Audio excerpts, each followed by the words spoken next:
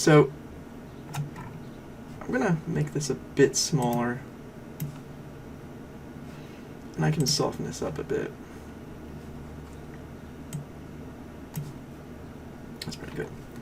And now I want to go in, and I'm at 300%. I'm going to make it closer to 500 just so I can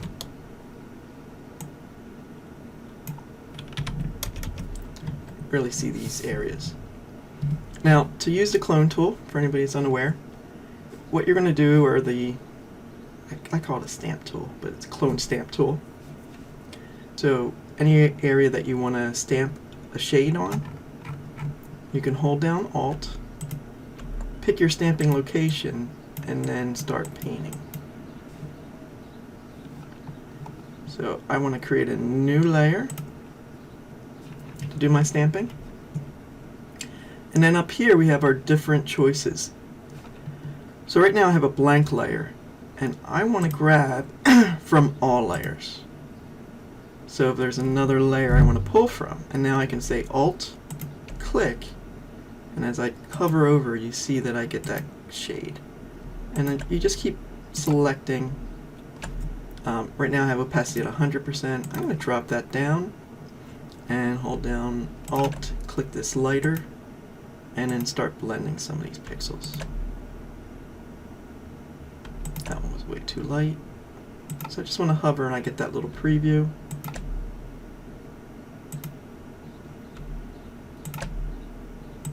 And I'm just going to stamp out this branch.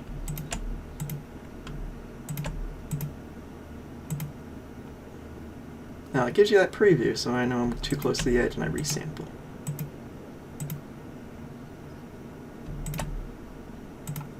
And you're just repainting these rocks is what you're doing. So I can grab some from a different area, maybe over here, and use some of that color. What color do I want to use? It's too dark.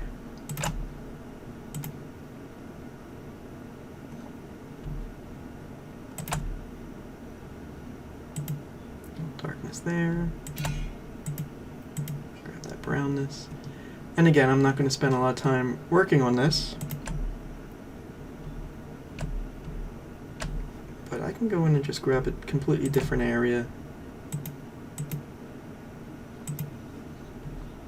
and start redrawing the shape of the rock. Now I do have my opacity down.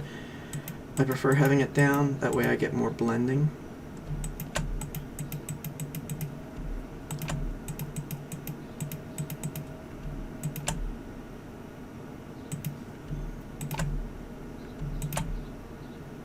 You just kind of hover and see if that feels right as you're working.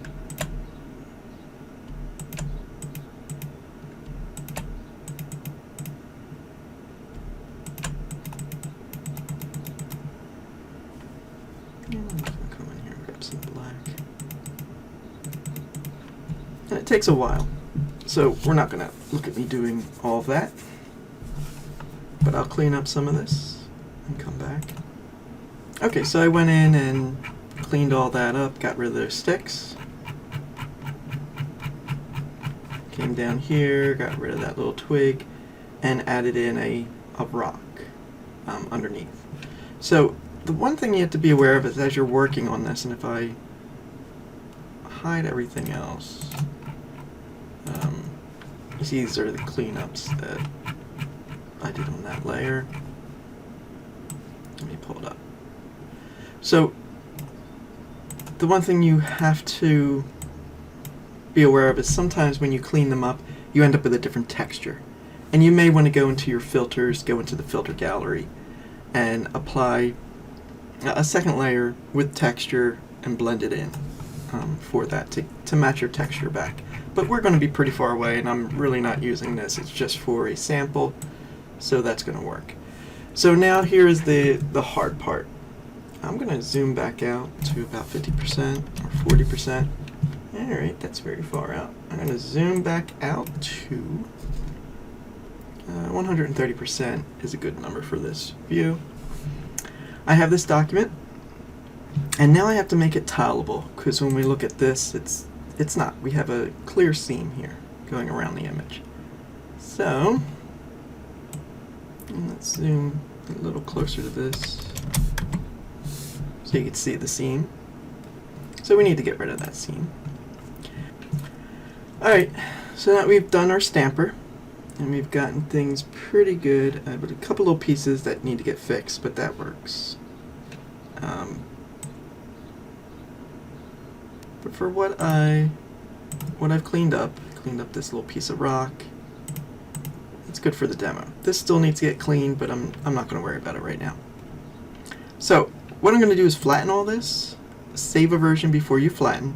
So I'm going to flatten image, and now I have one layer. And then the next step I'm going to do is I'm going to use the offset feature. So I'm going to come in, I'm going to look to make sure I know what my canvas size is. So 450 by 450, we talked about this before.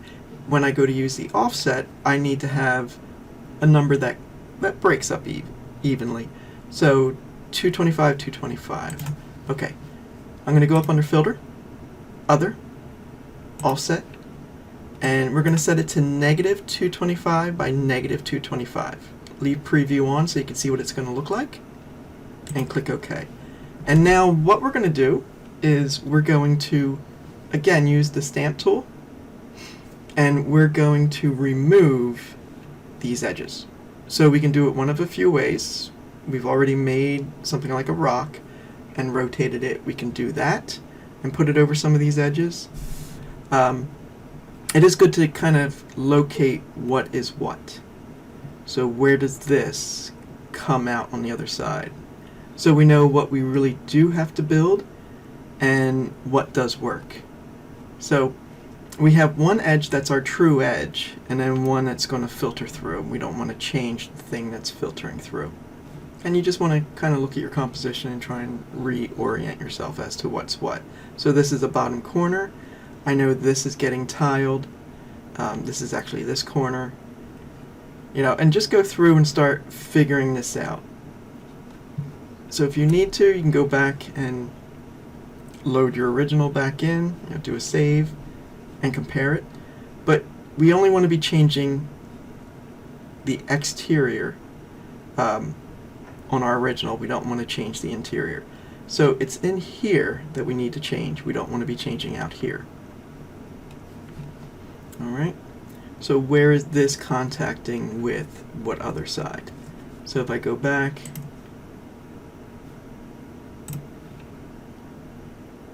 and leave it, now we can say, okay, this rock gets cut.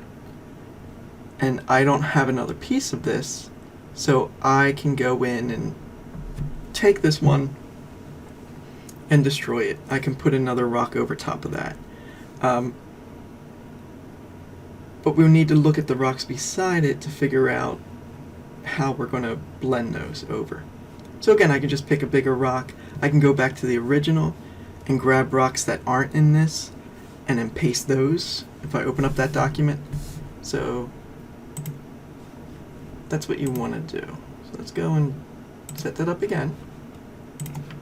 And now I'm going to start painting. So it's this interior line I'm going to paint. And I want to zoom in, get close, and we're going to make this seamless. So I'm not going to do the whole thing with you, but I'm going to drop my opacity and just start working the edges to make it look like it is one composition.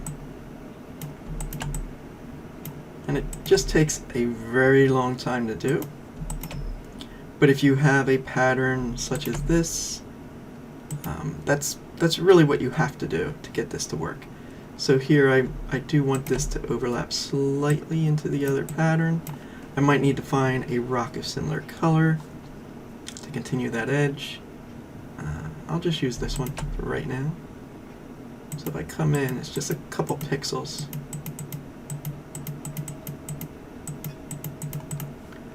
I just want it to feel like that continues over the edge. Here we have this darkness, but we have a rock underneath.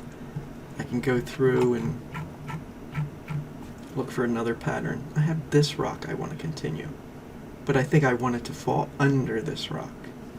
So let's go and maybe this edge. It's a little bright, but that's okay. We do have our,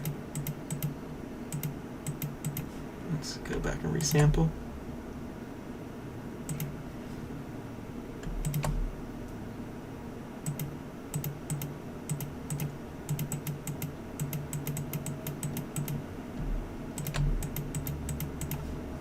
I just want to find some variation to break that up.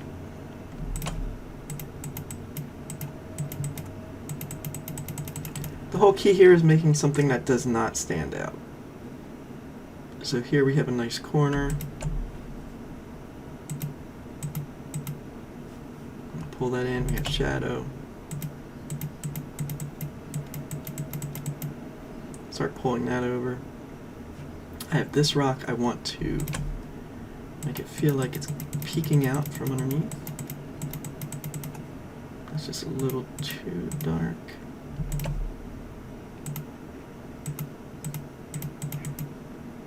And then we want shadow back here, maybe this corner.